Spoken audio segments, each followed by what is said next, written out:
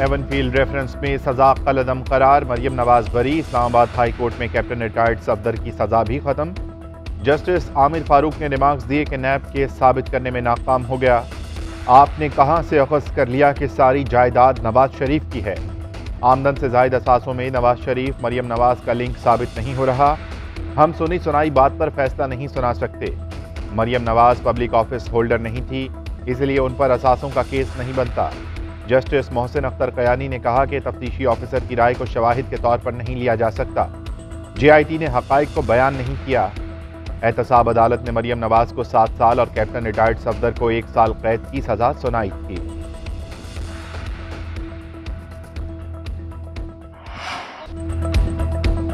सच सामने आ गया, हमारी बेगुनाही साबित हो गई। आज अल्लाह ताला ने इमरान खान को नाकाम और नवाज शरीफ को सरफुरू कर दिया।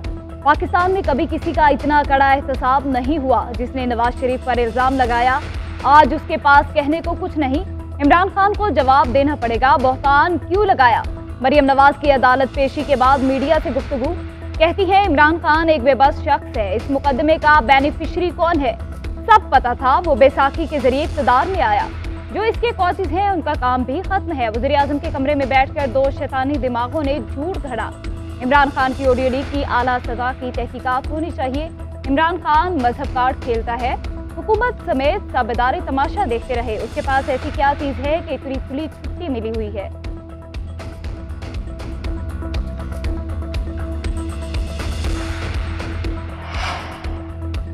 मरियम नवाज की बरियत के बाद नवाज शरीफ की वतन वापसी की तैयारियां, लीगल टीम को अदालत से रुजू करने का टास्क सौंप दिया गया। कहते हैं कि जल्द पाकिस्तान आना चाहता हूं, एक दिन भी बाहर रहना भारी है। मरियम नवाज की बरियत के फैसले से झूठे बेनकाब हो गए। 2018 के इंतखाबात में हिस्सा लेने से रोकने के लिए उजलत में सजा सुनाई गई।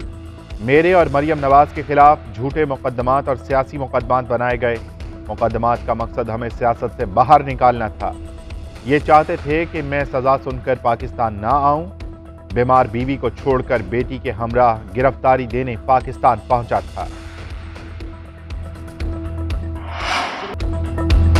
फिरौनी साजिश के तहत हुक्मरान मुसल्लत किए गए, हम उन चोरों को कभी कबूल नहीं करेंगे। तैयारी मुकम्मल हो गई, कौम को जल्द कॉल देने वाला हूँ। चेयरमैन तहरीक इंसाफ इमरान खान का मुजफ्फराबाद में जलसे से खिताब, बोले ऑडियो लीक करने पर शहबाज शरीफ का शुक्रिया, आपने साबित कर दिया मुरासला हकीकत है।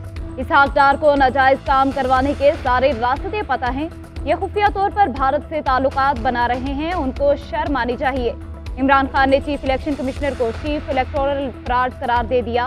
बोले कौम चीफ इलेक्शन कमिश्नर को माफ नहीं करेगी, फौरी मुस्ताफी हो जाएं।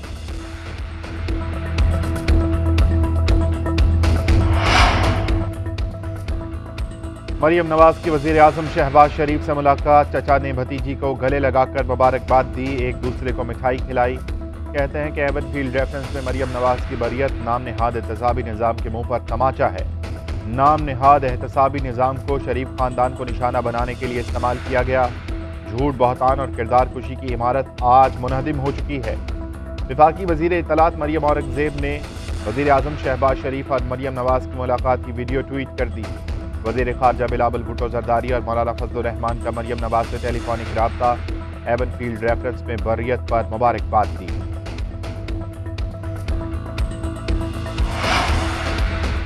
अब कौम का अगला सवाल ये है कि जज साहिबान हमें बताएं कि लंदन के अरबों रुपए के अपार्टमेंट्स किसके हैं, जिनमें शरीफ फैमिली बरसों से रिहाइश पजीर है और जहां जायदाद बच्चे दे रही है, आखिर किसके हैं। पीटीआई रहनुमा फवाद चौधरी का ट्विटर पैगाम। शेर मिजारी ने कहा एवनफील्ड केस का फैसला इंतहाई अफसोसनाक है। लंदन अपार्टमेंट्स के मालिकान कौन है? क्या मरियम नवाज के भाई ने झूठ बोला?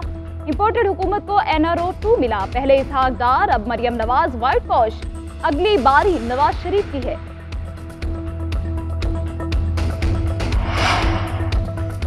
नैब तरामीम के खिलाफ इमरान खान की दरख्वास्त, सुप्रीम कोर्ट में समाअत के लिए मुकर्रर। चीफ जस्टिस पाकिस्तान उमर अता बंदयाल की सरबराही में 3 रुकनी बेंच 4 अक्टूबर को समाअत करेगा। जस्टिस एजाजुल एहसन, जस्टिस मंसूर अली शाह 3 रुकनी बेंच का हिस्सा होंगे। सुप्रीम कोर्ट का अटॉर्नी जनरल और एडिशनल प्रोसिक्यूटर जनरल समेत दीगर फरीकैन को नोटिस। इमरान खान ने नैब तरामीम को कलअदम करार देने की इस्तदा कर रखी है।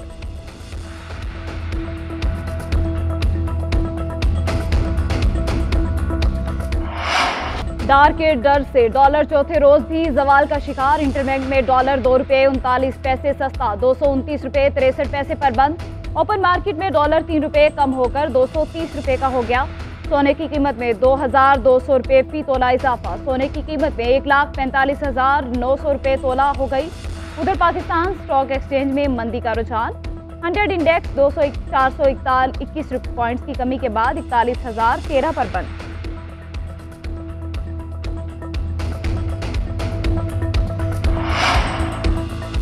रुपए की बेकदरी क्यों हुई, डॉलर क्यों महंगा हुआ, वजीर खजाना इसहाक डार इन एक्शन। स्टेट बैंक से रिपोर्ट तलब। स्टेट बैंक की 8 बड़े बैंकों से तहकीकात शुरू। रिपोर्ट वजीर खजाना को पेश की जाएगी। ज़राए का कहना है कि बैंक्स की जानिब से LCs खोलने के लिए 10 रुपये से ज़ायद इजाफी वसूल किए गए। वजीर खजाना एक्सचेंज कंपनियों को भी डॉलर की कीमत में इजाफे पर तलब करेंगे। उधर वजीर खजाना इसहाक डार का FBR ऑफिस का दौरा। चेयरमैन FBR की वजीर खजाना को ब्रीफिंग। इसहाक डार ने अहदाफ के हुसूल में FBR की टीम की कोशिशों को सराहा।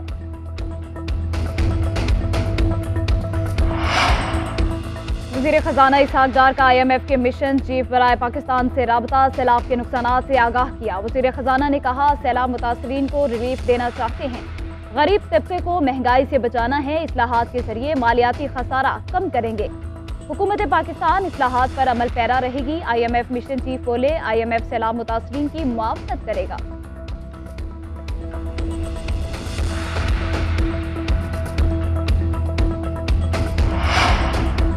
महंगाई के मारे अवाम पर एक और बोझ। नेपरा ने बिजली मजीद 19 पैसे महंगी करने की मंजूरी दे दी। सारिफीन पर 2 अरब 60 करोड़ रुपए का इजाफी बोझ पड़ेगा।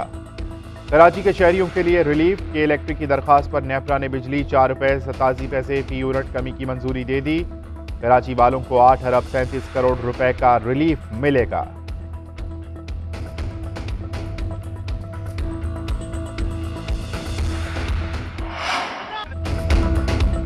हुकूमत और किसान इत्तेहाद के मुज़ाकरात में डेडलॉक। चेयरमैन किसान इत्तेहाद का बिजली के रेट का नोटिफिकेशन होने तक धरना जारी रखने का ऐलान। वज़ीर दाखिला राना सनाउल्लाह ने किसान इत्तेहाद से वक्त मांग लिया। मुज़ाकरात के पहले दौर में वज़ीर खुराक तारिक बशीर चीमा और किसानों में तलख कलामी। वज़ीर दाखिला की माजरत पर दोबारा मुज़ाकरात किए गए। चेयरमैन किसान इत्तेहाद खालिद हुसैन बाश का कहना है वज़ीर दाखिला ने किसानों के मुतालबात पूरे करने की यकीन दहानी करवाई। 10 अक्टूबर तक बिलों को जमा कराने में रियायत मिलने पर हुकूमत के शुक्रगुजार हैं। उधर किसानों के धरने के बाइस Khyber plaza, Faisal Avenue road और जना एवेन्यू जाने वाले तमाम रास्ते आम ट्रैफिक के लिए बंद।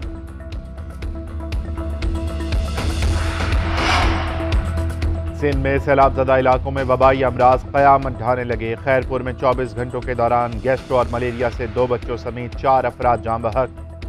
शहर में अमवात की तादाद 296 तक पहुँच गई। मीरपुर खास में सैलाबी पानी में डूबकर एक शख्स जिंदगी से हाथ धो बैठा। बदीन, सहवंद, कंदकोट और दीगर इलाकों में भी वबाई अमराज से लोग बीमार पड़ने लगे। बदीन में खैमा बस्तियों में स्कूल कायम कर दिए गए।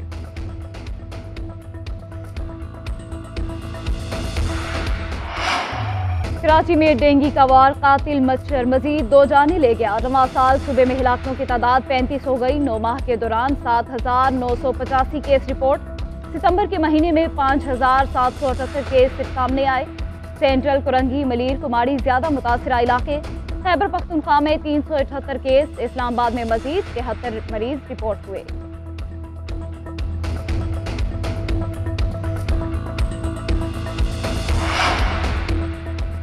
कराची के इलाके शेरशाह गुलबाई में गारमेंट्स फैक्ट्री में आग लग गई। फायर ब्रिगेड की 2 गाड़ियों ने आग पर काबू पा लिया। डिफेंस में क़याबान इत्तेहाद के करीब निजी बैंक की ATM में आतिशज़दगी। फायर ब्रिगेड के अमले ने बर वक्त पहुंचकर आग बुझाई।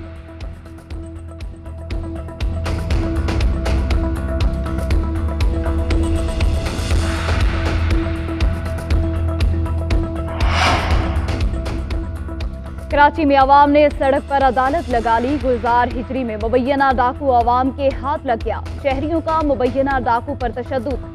एक शख्स ने डकैत को गोली मार दी। मुबैना मुलजिम अस्पताल में चल बसा।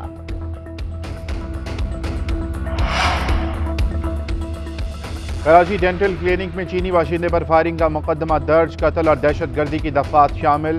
सुर्ख रंग की टोपी और पैंट शर्ट पहने शख्स क्लिनिक में दाखिल हुआ। मौका मिलते ही चीनी बाशिंदों पर फायरिंग कर दी। गोलियां बरसाने के बाद मुलजिम फरार हो गया। मुलजिम का साथी क्लिनिक के बाहर मौजूद था।